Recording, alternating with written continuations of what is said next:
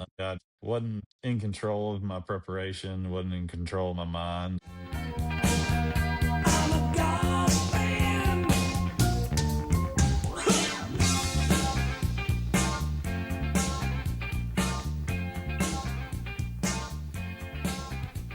a God fan. Winning on the PGA Tour is hard.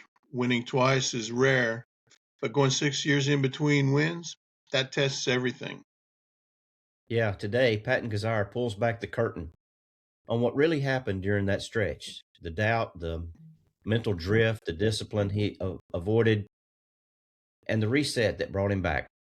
This isn't just tour life stories. This is what it actually takes to compete at the highest level and what happens when you lose control of your preparation. Yeah, if you care about performance in golf, business, or life, this one matters. Here's Patton Kizzire on the Cart Barn. Saying something. Well, welcome back to the Cart Barn, everyone. We are super excited to welcome Patton Kizzire to the Cart Barn. Looking forward to his stories. Patton, welcome to the Cart Barn. Well, thank you guys for having me. Yeah. Great to talk to you as we kind of kick off the 2026 season here on the Cart Barn. So what's going on in Patton Kizzire's life right now? Oh man, just got the kids off to school, braving a little cold weather, but it's actually pretty sunny and not too bad out there. Well, that's good. So you're home right now? I am, yeah. I was on the fence whether I was going to play the Farmers Championship or not, and felt like I needed a little rest and recovery to get ready for Phoenix. And I'll be headed out to the desert on Sunday. The Okay. weather's gonna be cold this weekend here, so I'm gonna get out there and thaw out a little bit. That sounds like a good plan to me. Well, gosh, an Alabama guy, you were born in Montgomery, you grew up in Tuscaloosa, you went to school at Auburn. Um, kind of walk us through how all of that transpired. Yeah, I grew up in Tuscaloosa and loved Tuscaloosa. My dad went to Alabama, my mom went to Alabama, my sister, all my aunts and uncles and grandparents, and everybody went to Alabama. I started getting recruited when I was fairly young, and Coach Mike Griffin made a solid impression on me. And Ryan Cabbage was our assistant coach, and he was fantastic. And had a good relationship with some of the guys on the team there at Auburn. And I thought, I don't necessarily want to be in this same town my whole life. So I took a liking to Auburn, and I had a bunch of really good friends there. And um, Auburn's a pretty special place, and it was a great decision. I know I tried to drag Gator Todd to Auburn with me, but Richard wasn't going to let that happen. I was curious, how did you and Gator, who's now coaching the University of Kentucky, how did you guys become friends, close friends, I think? Yeah, we started competing against each other at a young age, and Gator, I think, picked it up a little bit later than I did. I started playing a lot of tournaments as a young kid, and he kind of got into it more in high school, and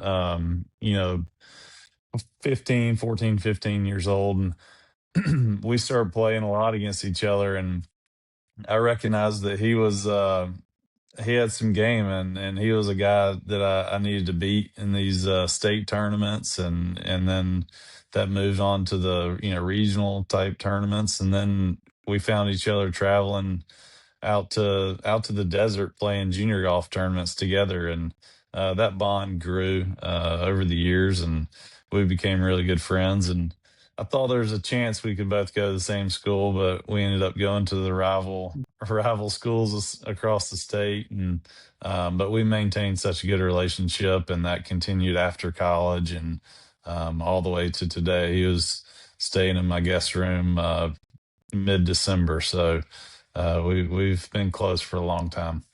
That's awesome. Yeah, how did was it a real friendly competition when you guys were out there playing against each other? Were you grinding to beat him every time? Yeah, you know, we're two very competitive people, and I don't want anybody to beat me. So that friendship maybe took a brief pause while we were out there on the course. And then there were occasions where we teamed up together. So we teamed up in the state four ball, and nobody nobody was beating us in that. I Uh, remember that now that you, yeah, I remember that now that you mention it. yeah, and Jasper, and I remember a funny story about that tournament. We're going along playing, and we're playing some guys. I want to say it was Lance Goodson and Andy McCrae, and they were pretty good. I think Andy might have made a hole in one during that match, but uh, I gave Gator some of my sunflower seeds, and unbeknownst to me, he doesn't eat sunflower seeds. So he starts tossing them in his mouth, and he's eating them. I'm like, what are you doing? You're not spitting anything out. He was just chewing them up. And he got some caught in his throat, and he couldn't play for probably two holes. And I'm like, buddy, I mean, I had to play him. I had to play the other two guys by myself for two holes until he kind of his stomach was hurt, and he had it caught in his throat. And uh, luckily I was able to fend him off for a couple holes until he came back, and he made a couple of birdies when he recovered. And just funny, silly stories like that we've got a lot of them. We've never had any stories on here that partners tried to kill each other during a round. If I would have known, I would have kept him over on my side of the cart. Yeah. Well, you talk about Richard. He's a big guy. I was paired with Gator many years ago in a USAM qualifier, and Richard came out to watch, and I shook his hand, and he's got some of the biggest hands I believe I've ever put my hand in. But you're a big guy. You're what, 6'5"? 6'5". Yeah. So when did golf become the sport rather than basketball or football for you? Well, golf was always at a young age. I knew I really enjoyed it. My parents would drop me off at the golf course, and I just wanted to stay there until I couldn't see anymore. At Indian Hills Country Club. Yeah. But baseball was probably my favorite sport other than golf. And I wasn't sure if I wanted to play baseball or golf. And then I found myself sitting in the dugout in the bottom of the ninth inning watching some other kid up to bat, and I felt helpless. So I'm like, I don't like this. I want it to be my turn. And then I'd make a postseason, like an all-star team or something, and I'd have a golf tournament and a baseball game at the same time. And I started choosing these golf tournaments every time. So my parents were like, all right, do you want to decide if you want to play golf or baseball? I'm like, yeah, you know what? I keep missing these baseball tournaments or baseball games for golf tournaments. So that's not fair to the team. So I just, about 13 years old is when I decided golf was my sport.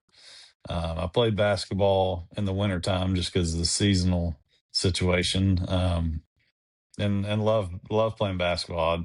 My feet just didn't seem to leave the ground very far, so that was an issue. I wasn't able to play at my high school. I went to Central High School from 10th and 11th grade, and I wasn't playing basketball at that high school. I was a golfer, so that was when I realized golf. That I was kind of pigeonholed to golf at this point. So, I'm lucky I made that decision, and I never looked back. It's kind of strange how back in my day, and that you didn't see guys who were tall playing golf at a very high level, but now you're 6'5". Stuart Sink is around 6'4", 6'5". There's a lot of really tall guys on tour.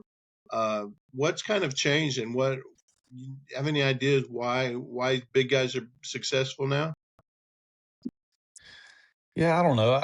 I imagine for a long time the clubs that were made for people, you didn't have that many options, and tall guys would have to use the same clubs. Somebody that was 5'8" were using. It was hard to modify clubs and the equipment and all that stuff. That might have had something to do with it. But nowadays, I look down the range, already this season, I see a kid who's 6'7", Christo Lamprecht Yeah. from South Africa, played at Georgia Tech. He's a giant. I mean, Yeah.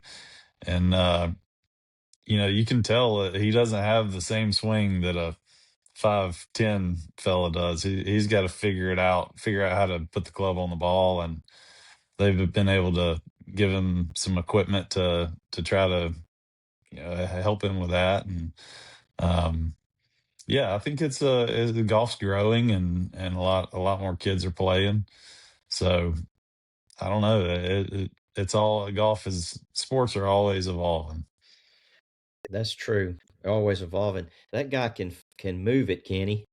He can. He can smash it. I've seen it here at Sea Island. He works with the same coach I do, and I've just been amazed watching him in a 3-iron. I can't remember what his ball speed with the 3-iron was, but I was like, what?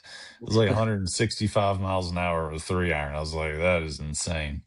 So yeah, it's the game's changing. It's cool to see. Is he one of those guys that the ball just sounds a little different coming off the face? Yeah, any of the guys that produce a lot of speed can make it sound a little different, but there's nothing like the crispness or pureness of a Tiger Woods or Adam Scott or Rory McIlroy. Those guys, you can just kind of sit there and watch them and learn something. Yeah. Well, Patton, we already alluded to it. You went to Auburn. Tell us a little bit about your experience at Auburn and SEC golf and the team. Who all was on the team with you? A little bit about that experience before we jump into tour life. Yeah, I had a great experience at Auburn. I had probably too much fun. We had innocent fun, and then also fun that we probably shouldn't have been having. We could have been studying and practicing a little bit more, but we had great guys on the team. I could start naming them all. I'd be afraid I'd miss one, but we had awesome guys on the team. Coach Griffin, he was tough on us, but I appreciated the opportunity to compete at Auburn, and he put me in a good position and taught me a lot. A lot of stuff that I didn't really realize until I got a little bit older. But Auburn's a fantastic university, and my freshman year was 2004. So we went, and I think that season, the golf season was really good. The football season was better. And I remember how the tournament stacked up. We were at home for like every home game, and we're able to go watch those football games. Undefeated season with Cadillac and Ronnie Brown and Jason Campbell and Carlos Rogers and all those guys. That was like a welcome to Auburn. We were really good at golf and the best football team, in my opinion. Um, and that was a great way to start my career at Auburn. And I had some good guidance from the older guys on the team. Um, it'd be I'm like on the fence whether I start naming names and all that. But some of the older guys on the team were awesome. You know, Lee and T Mac and Claxto and Shoebear and that's Matthew Myers. But I roomed a lot with Stuart Moore and some of my best buddies, and still to this day, roommates, Stephen Groover and Andrew Medley. I see Big Meds out on tour with Lee Hodges a lot, and it's good to see him out there. And we had a lot of good guys on the team, and Coach Cabbage was a good assistant coach, and I had a great time. I saw a young junior player on the back of the range at Sea Island yesterday, and her coach was talking about how she's looking at maybe going to Auburn. And I was like, if you go to Auburn, you're going to love it. So it's, I'd like to get back there more than I do. But it's a great place and always special to me. I'm curious, being in Alabama, you're either Alabama fan or Auburn fan. You grew up in an Alabama family. What was their reaction when you said, I want to go to Auburn? And what kind of surprised you that, growing up, I don't know, did you hate Auburn growing up like most kids do and they're Alabama fans? And what surprised you about it when you got there? I really didn't grow up hating Auburn. I pulled for Alabama. I'm not gonna deny it. My family went to Alabama, and it was kind of all I knew. Alabama didn't give me a whole lot to pull for. Maybe some Mark Godfrey basketball teams, but the football was nothing to pull for. Yeah. So my dad and I spent most of the time on the golf course or in the woods. Golf course, woods. That was we weren't going to tailgate and rah rah roll tide. We weren't doing all that. So um I didn't really have a strong allegiance to Alabama or anything. So when it came to make my decision, my dad and my mom and everybody that supported me wanted me to make a decision that was best for me, golf wise and academically, and just being happy. So that I settled on Auburn. I looked at several schools, but ultimately it came down to like a Georgia Tech, Auburn, and Alabama. All schools, I appreciated what they did in recruiting me, and I just made that Auburn decision uh, based on my relationships with the coach and the players that were there. Well, you got your lone college victory was a kind of an important one in 2007, the SEC championship. Why didn't you win more in college? For a future tour player wins only one time. And what was winning the SEC like? Well, the SEC championship was a great one to win, and I certainly agree, Greg, that I underachieved a bit. My focus and organization wasn't quite to the level of that I needed to be at to win consistently. But winning the SEC was a special moment. My junior year, it was tough conditions down here at the seaside course at Sea Island, and that's one of the reasons I fell in love with this place and call it home now. We got to play the SEC championship here every year. I actually didn't get to play my freshman year when we had our best team. Um, I had mono, very bad timing. I had mono and wasn't able to play in the SEC championship. And I think we lost by a stroke. Um, Whereas I think I counted most every round for that season as a freshman. Was playing pretty well, so that kind of still leaves a sour taste in mine and maybe some other guys' mouth.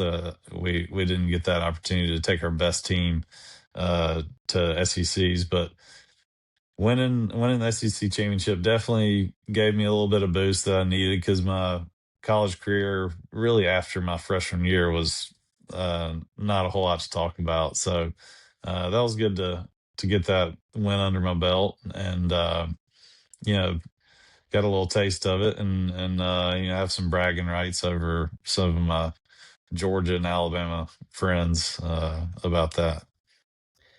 Well, let's fast forward just a few years. 2015 was a monster year for you on the Corn Ferry Tour. Walk us through money list winner and player of the year. Right.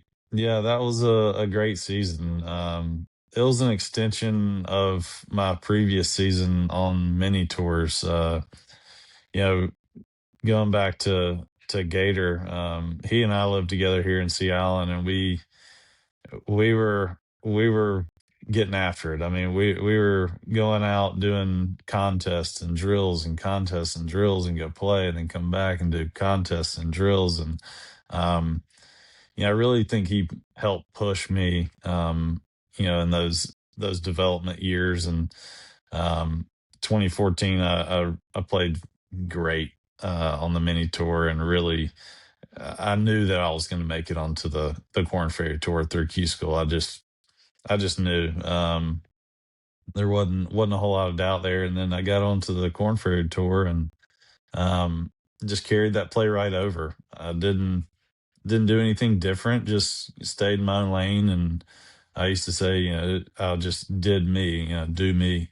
So played fantastic and got my first win in Utah in a playoff, which was huge to get over the hump, because it wasn't like I wasn't playing well in contention. I just wasn't getting the victory before that, because I was leading the money list before I even got my first win. So I got my first win in Utah, and then one in Knoxville shortly thereafter. And that just kind of set me up for being ready for the PGA Tour. And yeah, it's something I remember pretty vividly.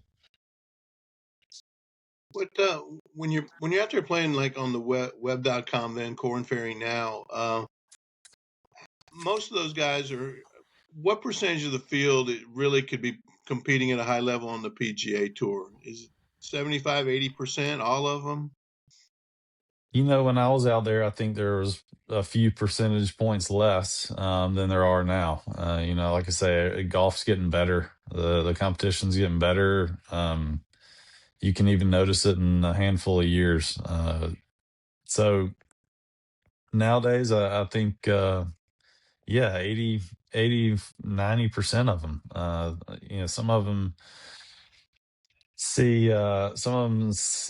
the guys that see the Corn Ferry Tour as like, I've made it. Those are the guys that can't play on the PGA Tour. But the guys that are using that Corn Ferry Tour as a springboard to the PGA Tour, those are the guys that can make it. It's simple as that. It depends on what you have in your mind, and that's.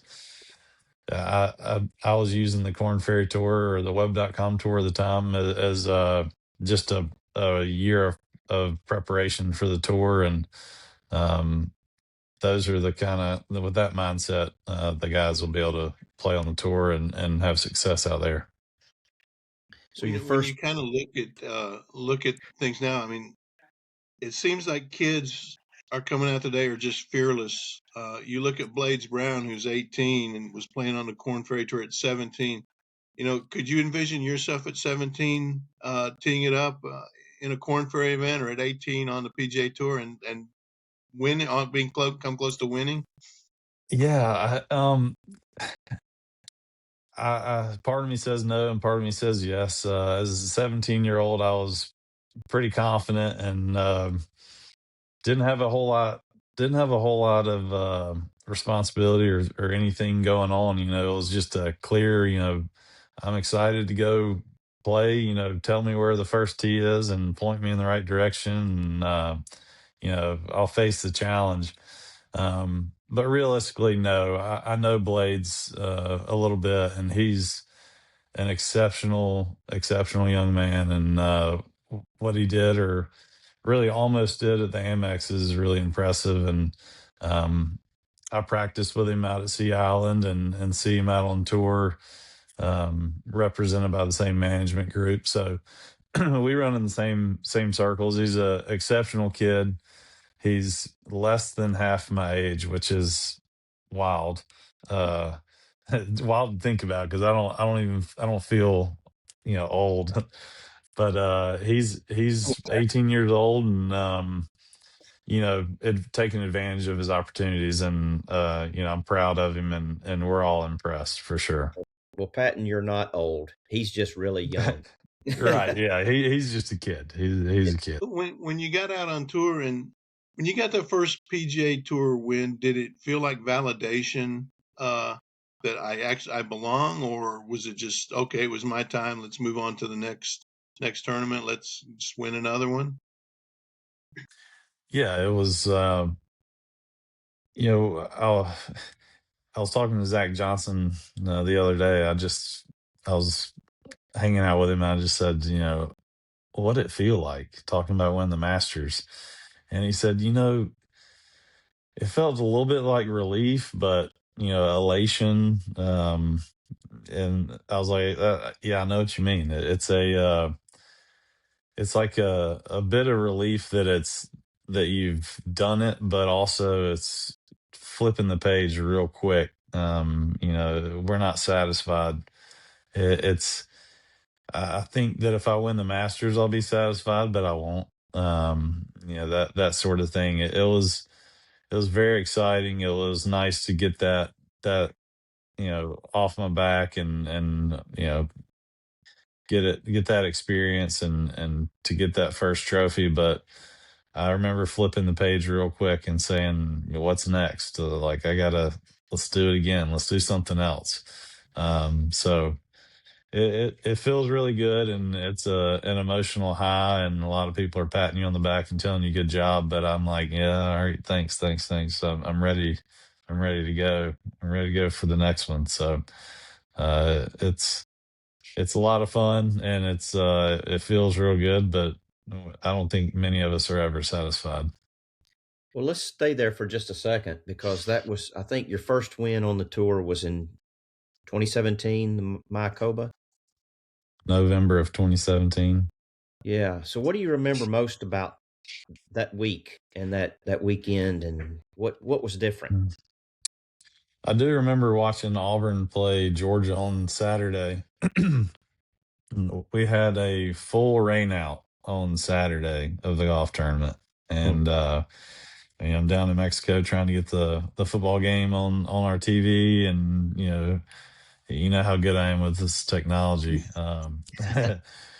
So I remember watching the Georgia Auburn game. We won, and I went out and they were letting us practice a little bit on Saturday afternoon whenever the rain kind of cleared out, and then so we played 36 holes on Sunday, and paired with Rickie Fowler and Patrick Rogers. Um, I remember, I just remember fighting and fighting and making big putt after big putt, whether it was par putts, birdie putts. I just kept knocking them in, and I just wouldn't let him. I wouldn't let Ricky make up any ground, and until the very end, and he birdied 15, 16, and 17 to try to make a charge on me, and I was able to fend him off there on that last hole. But um, I just remember the fight. I just felt like I was in a dog fight, and I kept landing punches with those birdies, and it felt really good. Felt really good to stand on the 18th green with a 1 foot putt to win my first PGA Tour event. That's awesome. Yeah, it is But awesome. so you won the next year too, and then the drought emerges, and we all know it's not easy to win on the PGA Tour. But what was going on during your 6 years before you win again? Right. So I won a few months later. So it'd be I won in November of 17 and then January of 18. So there was maybe one or two tournaments in between those wins. And yeah, then there was a long drought. In the drought came a little bit of a doubt. So it was just a lot of chasing my tail for a long time, trying to figure this out, trying to figure that out, trying to be perfect. Hoping my day would not involve any adversity. Hoping it would just be a easy day at the golf course. And then it never was. I wasn't prepared for it physically, mentally, anything. I still fight. I'm a competitor.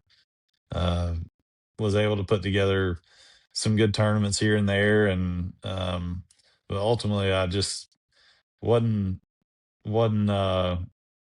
in control of my preparation, wasn't in control of my mind, and um, I started working smarter and better, and um, it got my mental game organized and went out to Napa and executed it. I worked really, really hard on it.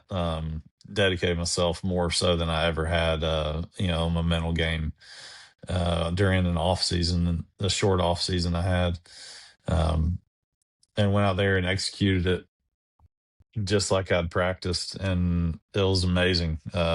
It's incredible how strong your mind can be and how it can set you up for success. And um, then I got a little sloppy after that. It's golf's the damnedest game. You do something that works, and then all of a sudden you quit doing it, and you're like, what? it's it's very interesting. But yeah, this past season was not my best. So we're learning, always evolving, always learning from our mistakes. Sometimes you learn faster than others, and sometimes it takes a little while. But I'm still realizing some of Coach Griffin's learning some of those lessons even to this day. So yeah, it's my tour career has not been just a consistent walk in the park, but I've never been that way anyway. Well, looking at, when you went, speaking of your 2024 win out in Napa, you won by what, 5 or 6 shots. I mean, it was, you seemed to be, I remember watching it, you were in control of your game, and you looked like you were just very at peace with, was that part of that preparation? Is that thing, are those the things that you've been working on? And I would assume that had to be a very satisfying win after a 6 or 7 year drought. Um, Speak to that a little bit before we kind of move on. Yeah, I've I've explained it as if I were playing every shot with the same mental headspace. I was in the same spot. I wasn't um, higher or lower than the last one. I wasn't thinking. I wasn't ahead or behind.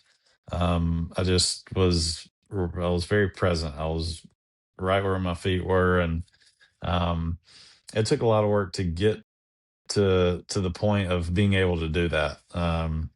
Whether it be starting your day a certain way, or instead of picking up your phone and looking at Instagram and this and that and the other, you could choose to start your day in a little more productive manner. Practicing certain things that help you focus, or just doing a lot of little habits, taking away the stuff that doesn't really serve you, and replacing it with stuff that does. And I did that for a long Mm. time, and I found myself in control of not only myself but my golf ball in Napa. And that was another tournament where the putts were falling. I was pretty unconscious. So I practiced very consistently with my putting before that.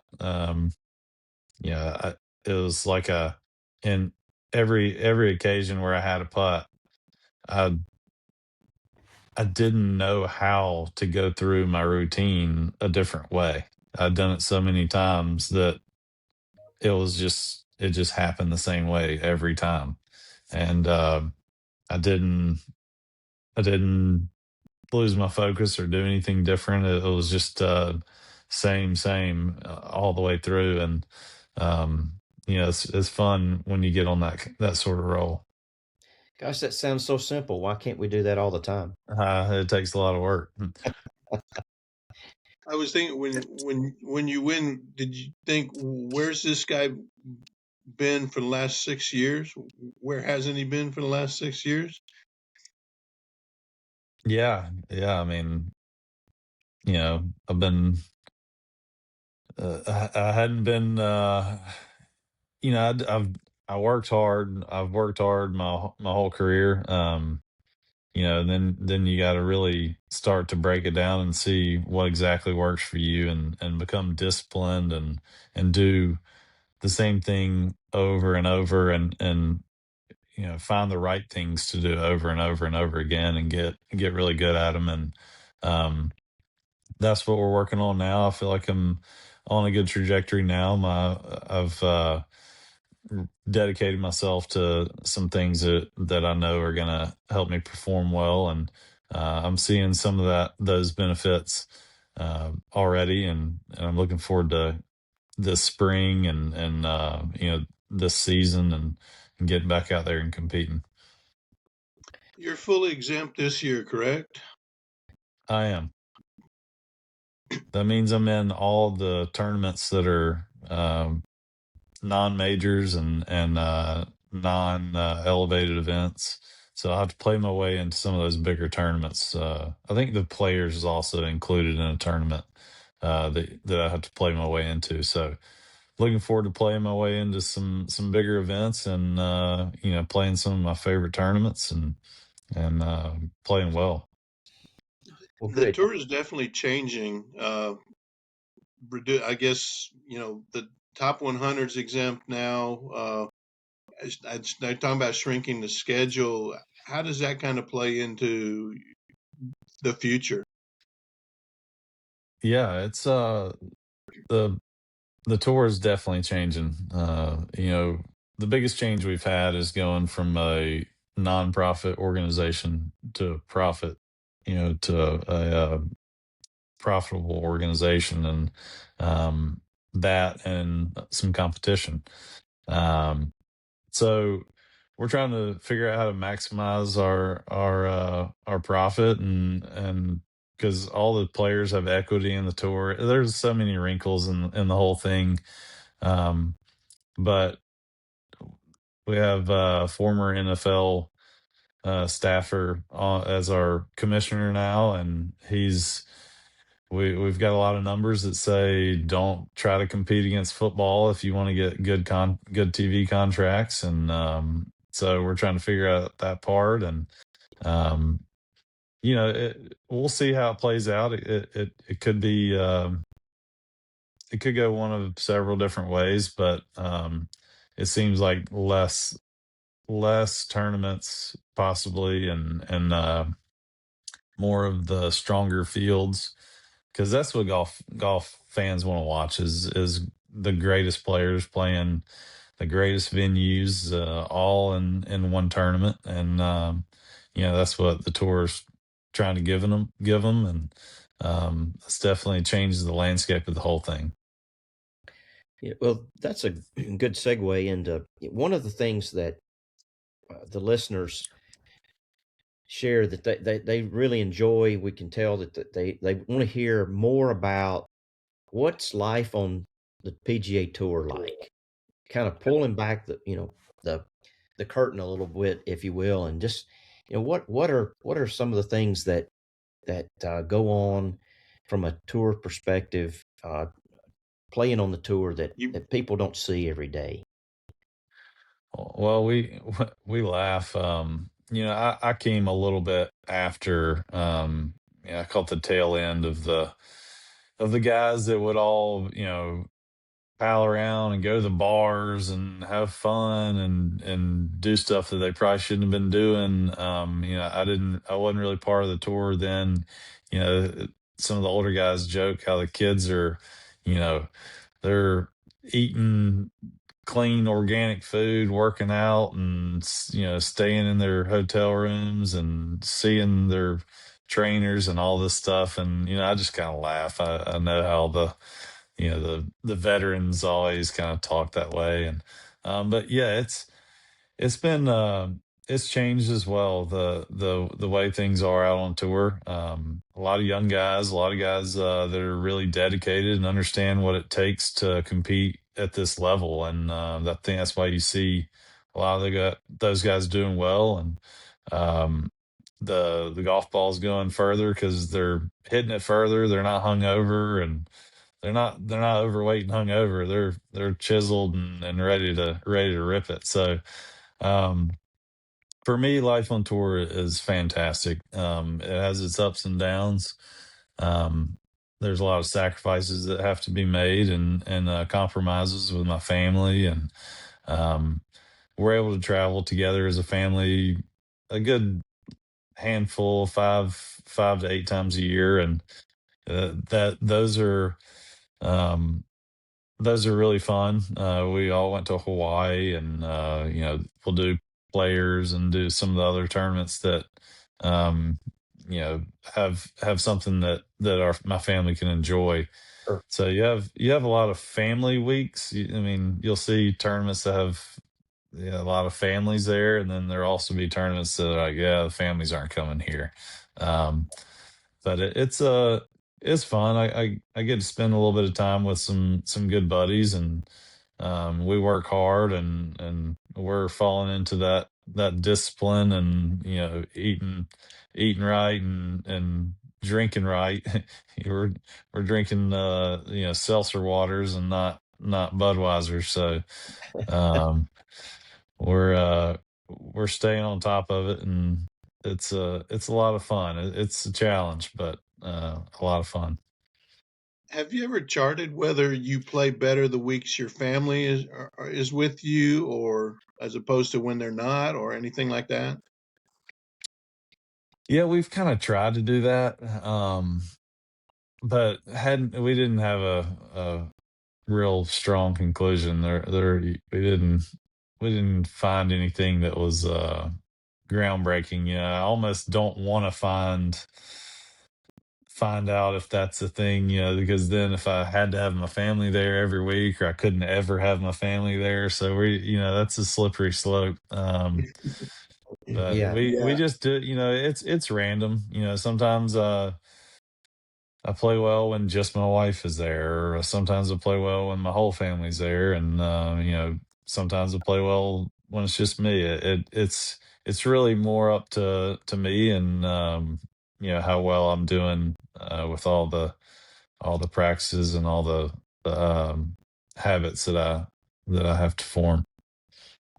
When do you ever do anything away from the course? I mean, if you play early, late, if you get the early, late draw or whatnot, I mean, you guys visit some pretty cool places for these tour events. Do you go, museum or anything like that to fill time? Uh, My wife enjoys seeing some cool stuff, and every time we go see something, or visit somewhere, I enjoy it. For me, if there's a pond around, and I know ahead of time that I can take my fishing rod or something like that, I'd rather go out there and try to catch a bass. But we we've seen some really cool places, and we've been to the stockyards in Fort Worth. It was really cool. Been to a rodeo there. I keep seeing it on Landman, same spot. But we the Hawaiian Islands are fantastic. I love to explore stuff like that. But I try to conserve energy at the same time, and stay focused on the golf tournament. We all tinker with our golf swings. People who like me who can't play worth the flip anymore, but you know, you guys are always tinkering. You're always chasing more ball speed, more, trying to hit the shot. Do you guys over tinker at times? Yeah, I'm sure there's more over tinkering than under tinkering. It's a fine line there. There are certainly guys that tinkering is a little bit different than searching. I think fine tuning, adjusting is, I'd rather call it fine tuning or calibrating, more than, all the way to the searching aspect. But, you know, it, it's a sport, like an art that needs to be tinkered with, and explored. But as long as you stay in same theme of what you know works for you. I think that's important that you stay within your boundaries. And Well, if you've got a minute, I'd like to go through a couple of quick fires for you go and ahead. wrap it up. If that's all right. Sounds like a plan. What is your favorite course in Alabama? Indian Hills Country Club. Okay. Have you played it since the redo? I'm embarrassed to say that I have not, and I'm looking forward to getting up there and playing it. It's a really nice redo in my opinion. Wear your Auburn gear. Be sure you wear your Auburn gear. They'll run me out of there. toughest course you've ever played? Oakmont. I would say that's probably a safe pick. Yes. Greg, jump in if you've got anything. One round you wish you could replay sometime. That I wish I had back, or wish I could do it again the same way. A do-over round. Oh man, I have those like once a week, so I can't really say. I've been pretty fortunate to do well when I'm in contention, so not many of them stick out. Last time you paid to play golf? Oh man, it's been quite a while. We'll go play somewhere, and I go in and make sure I'm like, look, I'll pay if I need to. I'm like, but I have no problem paying to play golf. But I hadn't paid in a while. You use that? Hey, I'm PGA Tour pro Patton Kizzire. Can I play here? Right? Yeah, occasionally. Most of the time I don't have to do it. So, somebody will do it for me. So that's good.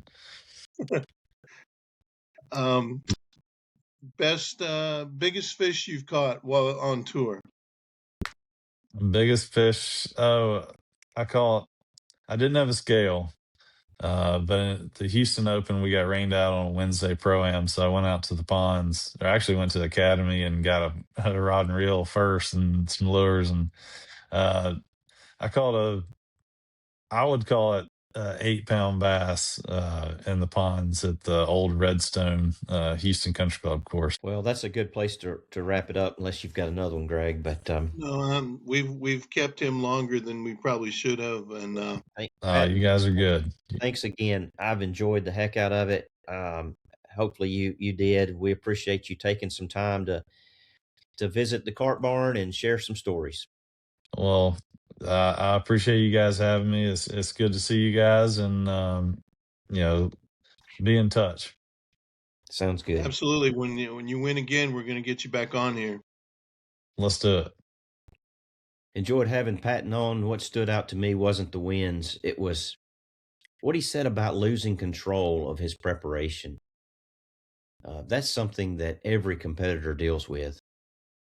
Yeah, and the fact that he was able to rebuild it habit by habit, that's why he's still out there today. Yeah. If you enjoy conversations like this, where we go behind the scorecard and into the mindset, make sure you're subscribed to the Cart Barn. We got plenty more players, more stories, more behind the scenes conversations coming as we roll along with the Cart Barn. Yep. And when Patton wins again, which I believe will happen, we'll have him back. So subscribe, share this with someone who competes at anything, and we'll see you again next week on the Cart Barn.